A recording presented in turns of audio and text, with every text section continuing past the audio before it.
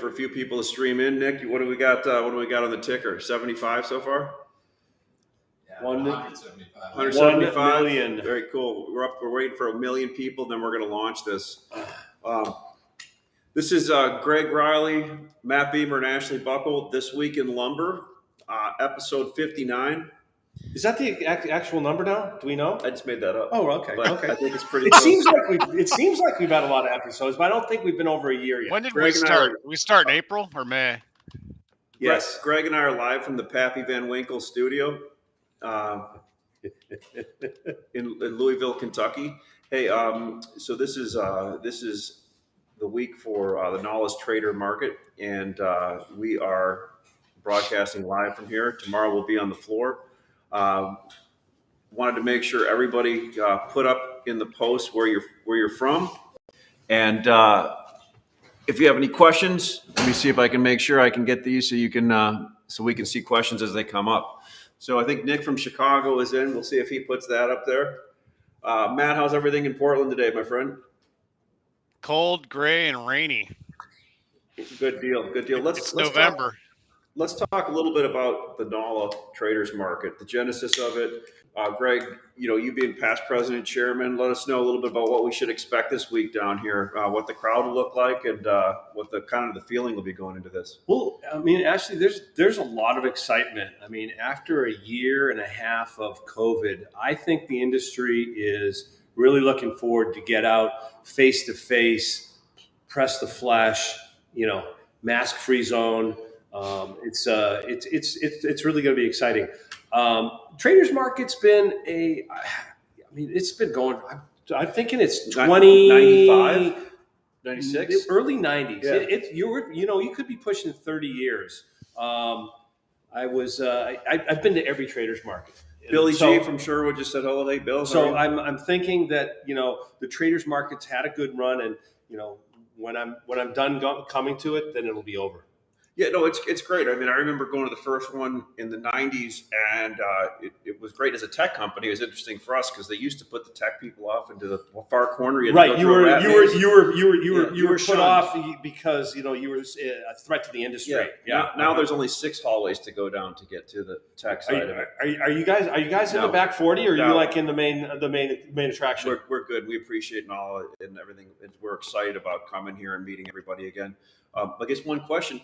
What is the proper thing for handshakes at this thing? Is it the knuckle bump? Is it I went over and checked in a little bit, and if I've known you for more than 5 years, I've been bear hugging. So what's the proper length of the handshake or the hug? Is 3 seconds more too much? Yeah, it's like a 2-second bump, and then you got to release. Anything bump. More than that, it gets a little creepy. So if you do like a 5-minute handshake, that could really creep somebody out. For sure. So that may have its place if you want to prove a point to somebody. I hear where you're going. And I'm uncomfortable right now. Not a problem. Matt, how are you doing, buddy? I'm actually doing here now after all that. I'm doing really good. I'm happy. I wish I was over there because it is good to drive around and visit people and see the rest of this country. And, we've been locked up for a year and a half, really, as a country. And I'm envious, right? Back in the olden days, 2 years ago, I was hopping on an airplane like once a month, once every 2 months, traveling all over this country, all up into Canada. I've been to pretty much every province in Canada over the years, and probably 60-70% of the states at one time. I have been to the airport there in Kentucky on my way through Cincinnati one time, but I've actually never been to Kentucky. Does not count visiting someplace when you go to the airport. I know. That's why I'm jealous. I'd like to go over there and get a Louisville Slugger. In the bat factory over there. You can go to Louisiana. Yeah, get it. Absolutely. And Matt, true story. You and I were in the same town at the same time in Fort Worth, and out of the blue ran into each other one time. Completely random. Of all the things that I would have never expected, that was one of them. I was telling the guys that last night. Well, hey, so look at I had some people sending me questions about the countervailing duty, everything coming in, information, misinformation, disinformation, confusion out there. And Greg Riley tells me he's got some. I'm in the know. He's in the know. I got a guy, So- and he gave me the scoop. So let's lay the land out of what we're at this point. We talked about it a few episodes ago. There was supposed to be something at the end of November. So the best information that I have right now is that the countervailing duty, the final determination will be issued on November 23rd, and that basically increases the duty for the majority of the industry, not everyone. There's some people that were already paying this higher rate, Yeah. but let's just say it increases the duty by 10% or more or less, depending on what rate they're currently paying. Okay. That's scheduled to be announced on the 23rd, published in the Federal Register within X number of days. But people tell me that they think it'll be published and effective by Monday the 29th or Tuesday the 30th. The information that's been flowing around this week, which was confusing, was this increase in duty is effective for the year 2019. There's another review that's in the process right now for the year 2020, and they pushed the determination date out on that until January 2022, and then there's X number of days after that before a final determination.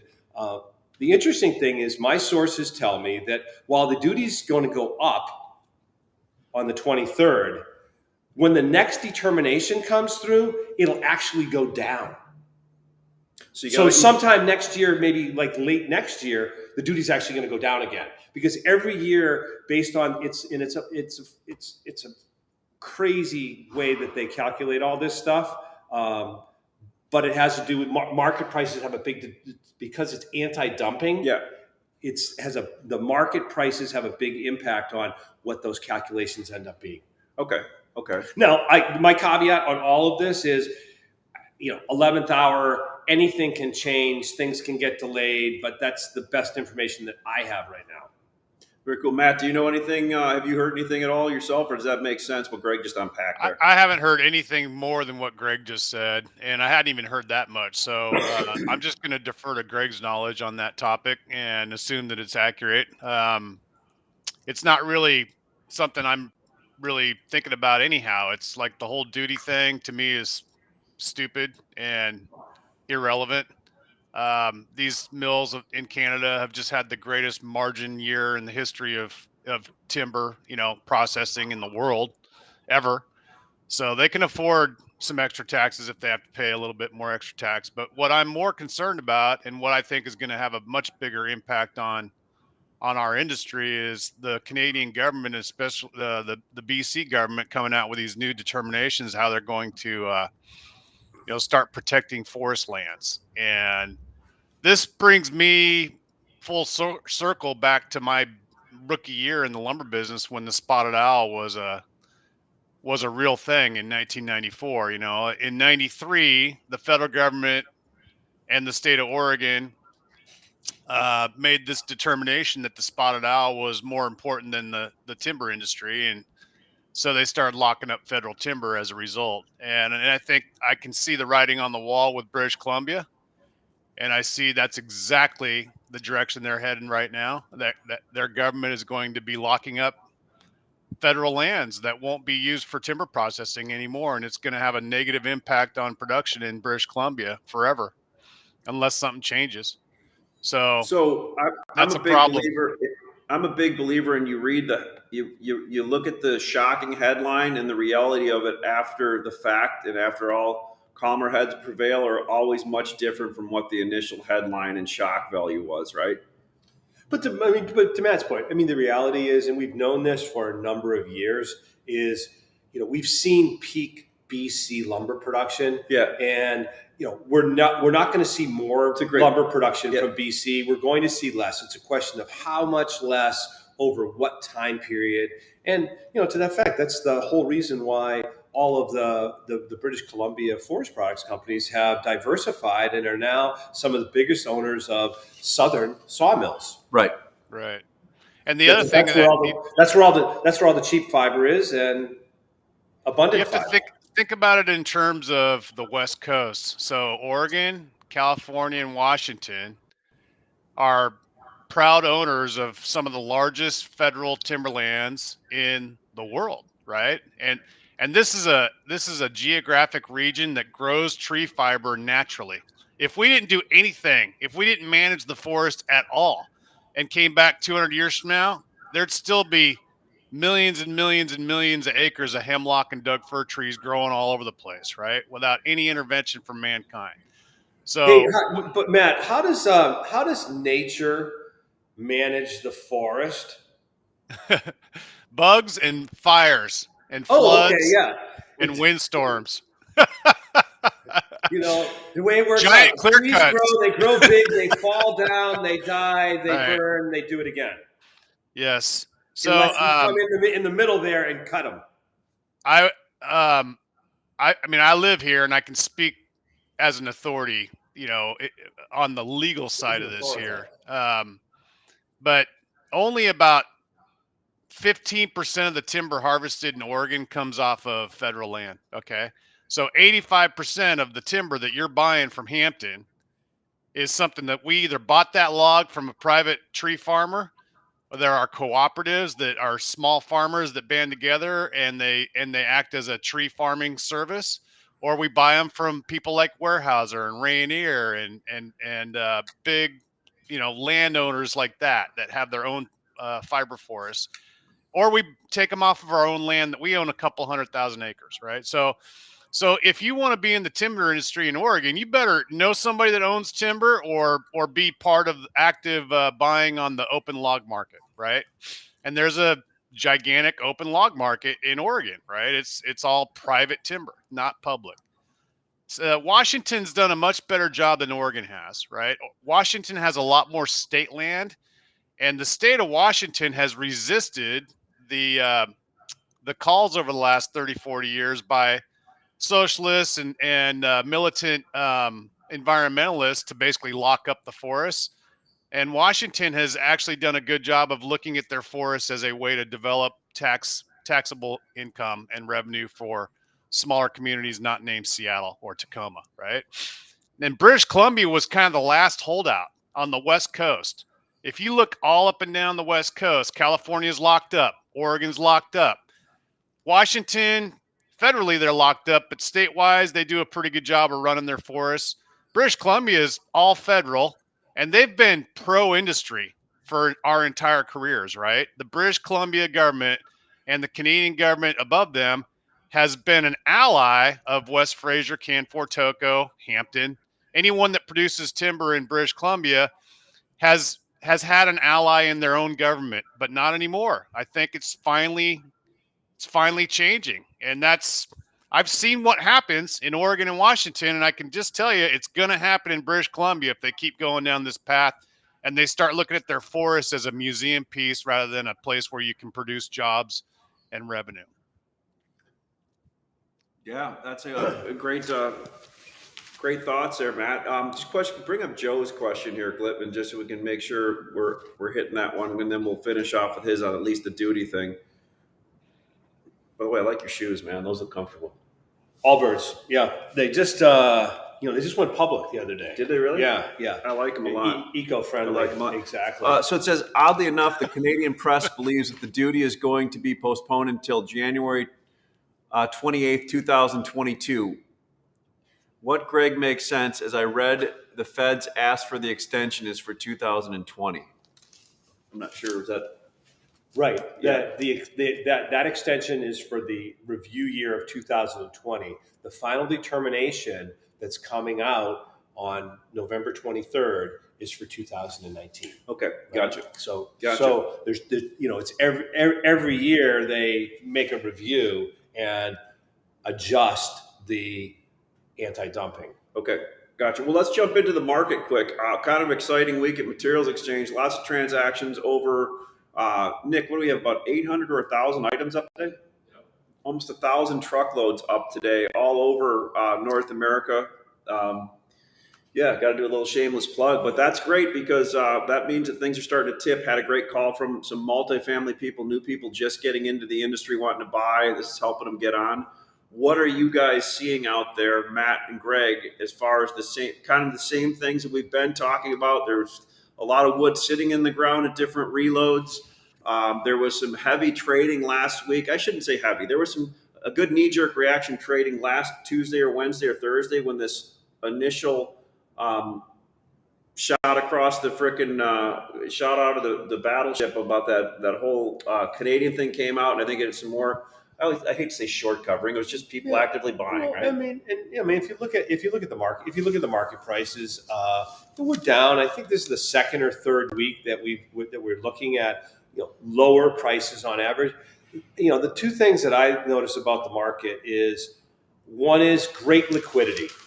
You can sell anything you want, and it's just a question of a little bit of haggling on the price, but there's good liquidity. That's what Bill was asking. How you see the spruce market? That's your bailiwick, man. You were saying that you were able to buy spruce. I mean, what I see is the market's in a corrective phase right now.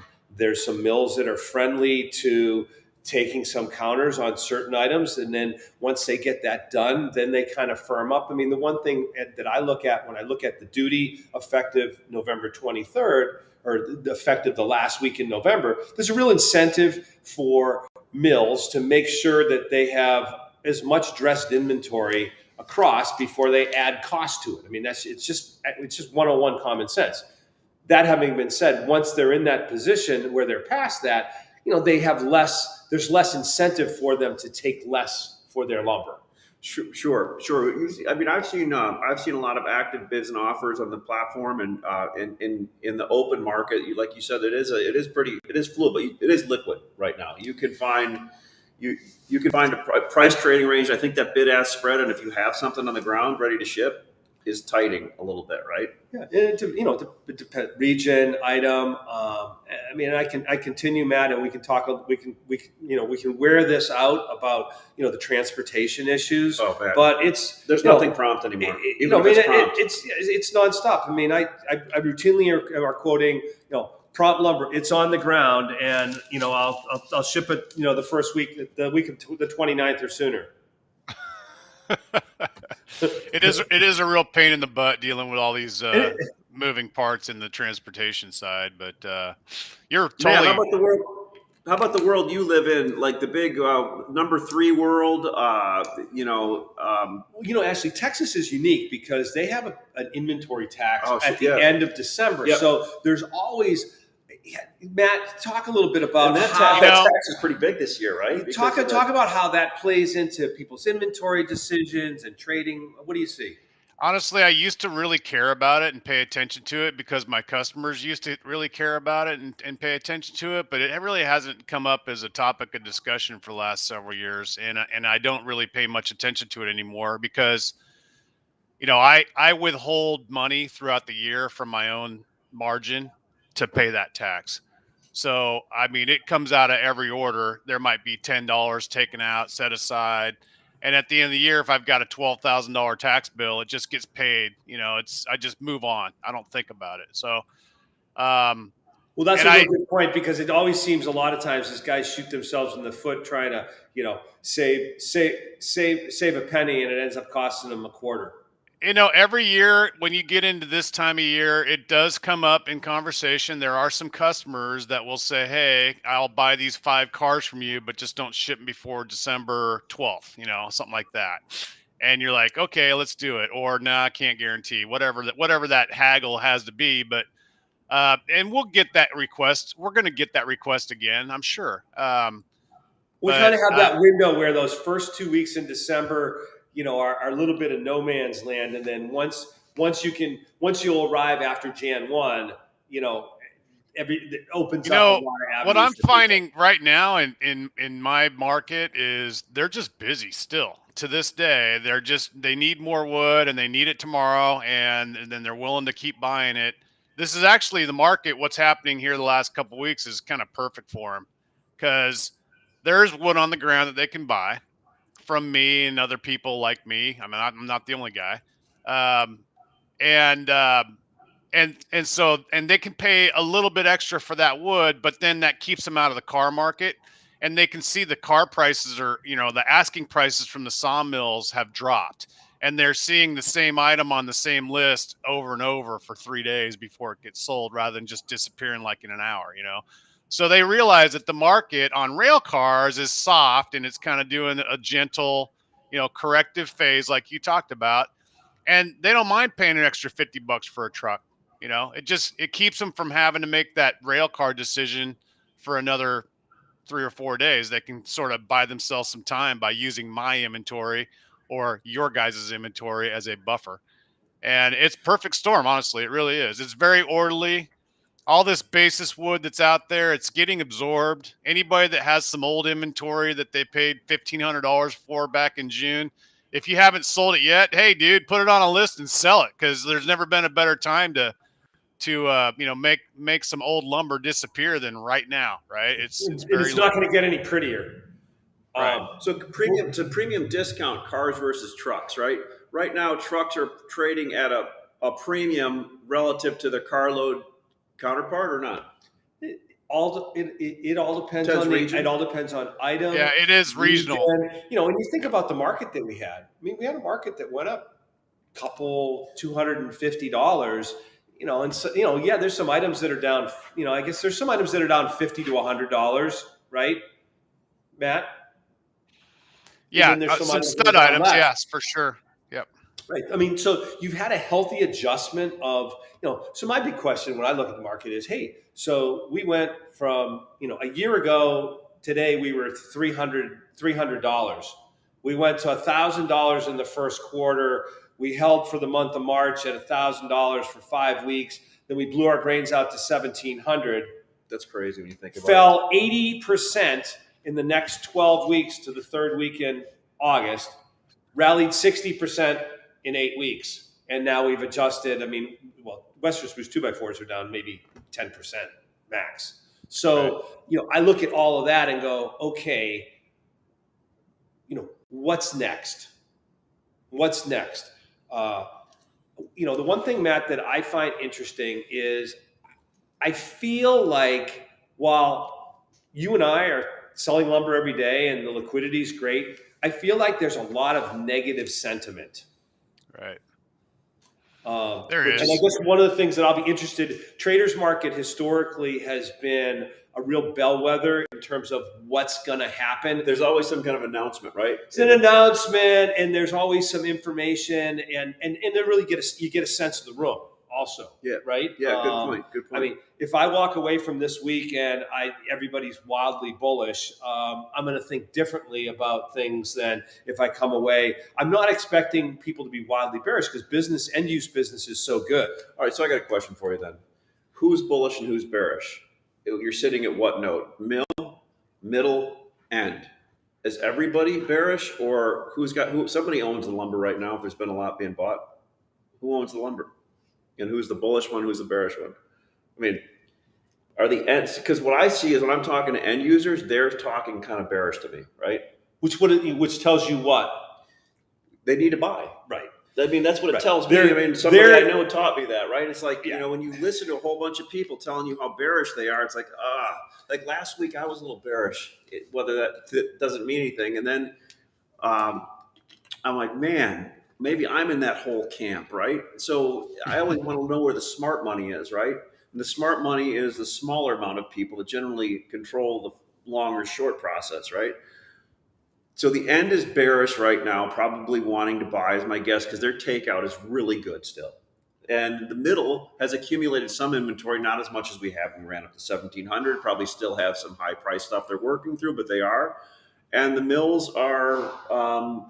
And I find the middle, Matt, and you can comment on this, is people aren't they're not married to that lumber. They own lumber. They're not real bullish about it. They're not really wanting to hold it back. They want to turn it. Yeah. They want to keep it turning. Right. Yeah. Right. A lot of that lumber was bought in the last 60 to 90 days at lower prices, so they probably have a margin in it, right? And then if they were using the board as a hedge, they picked up a little bit more margin, so they can negotiate a little bit, right? And And then, as an inventory manager, if you have a market with good liquidity and you have some old dusty, what we call peaks and feathers, in your inventory report, like some stuff that you bought 8 months ago that's just sitting there being ignored and it costs $1,200. Yeah, good time to maybe write it down and sell it, and just be done with it and move on. Take your loss and move on down the road. Right. That's kind of how I look at these That's types of markets. one of the things I think we want to focus on while we're down here in Louisville at the Traders Market. Louisville is the Southern Pine Market. I mean, since it's it's the largest production now area, we want to really focus in on getting some good feedback on that. And I think we want a good guest with insight on the Southern Pine Market next week. Yeah, we'll get them on the sidebar For sure. Eli and Peyton are going to be back next week. They skipped the Bears game on Monday, which I wish I had also. Yeah. I mean, what a great call, skipping that game. Well, right down to the web. So yeah, we would, because one thing I'm finding interesting is the Southern Pine is going to fill that void for the spruce market. Yeah, I mean, absolutely. So and I already see it when we're selling trucks, and Nick, we're going farther north all the time with this stuff. Yeah, I mean. We're going to Minnesota with Minnesota. Yeah, Louisville. We go to Minnesota with pine, to Nebraska with pine.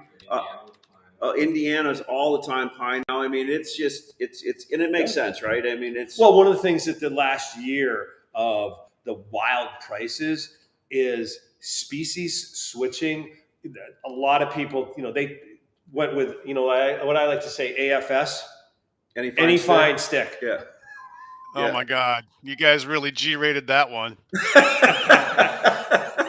For you, Matt. Well, I mean, I didn't realize we were on a Disney production here. We're trying. Matt Lehman said everybody talks their position. That is so true, Matt. It is, and I think you're kind of seeing that the market's kind of settled into a place where, regardless of the trucks, it's just kind of flowing the way it is. And he's right. I'm talking my position because I'm like, I don't know. Yeah. No, I think the market actually, if you guys just started thinking about all the different market cycles you've been through in the last 25, 30 years, this is about as normal. I mean, this is like a vanilla market right now. There's nothing really crazy. Other than the transportation thing and some of the port issues, that is sort of a wild hair. But in terms of how the market makeup is right now on a big, wide scale, it's pretty damn normal. There's nothing really crazy going on. Right? Right, for sure. I guess the one abnormal thing would be that we just rallied in a period of time where we normally don't. Right? That would be the abnormality of it. Yep. But in terms of how the market has been behaving since August, it's been behaving exactly the way we would expect it to behave. It's just following a template. It's really funny if you think about it. It's boring, but it's predictable. So what's going to change it? What's going to screw it all up, right? Because we can't handle normal in this business. We need abnormal. We need crisis. We're going to be researching that in the next few days. Yeah, we're going to be boots on the ground here, getting the. I'll be interested in your guys' takeaway from that convention, because I went to the Inland Lumber Producers deal back in July in Coeur d'Alene, and that was the first industry event I've been to in a couple years, and I was shocked. I got the impression that people wanted to blow off steam.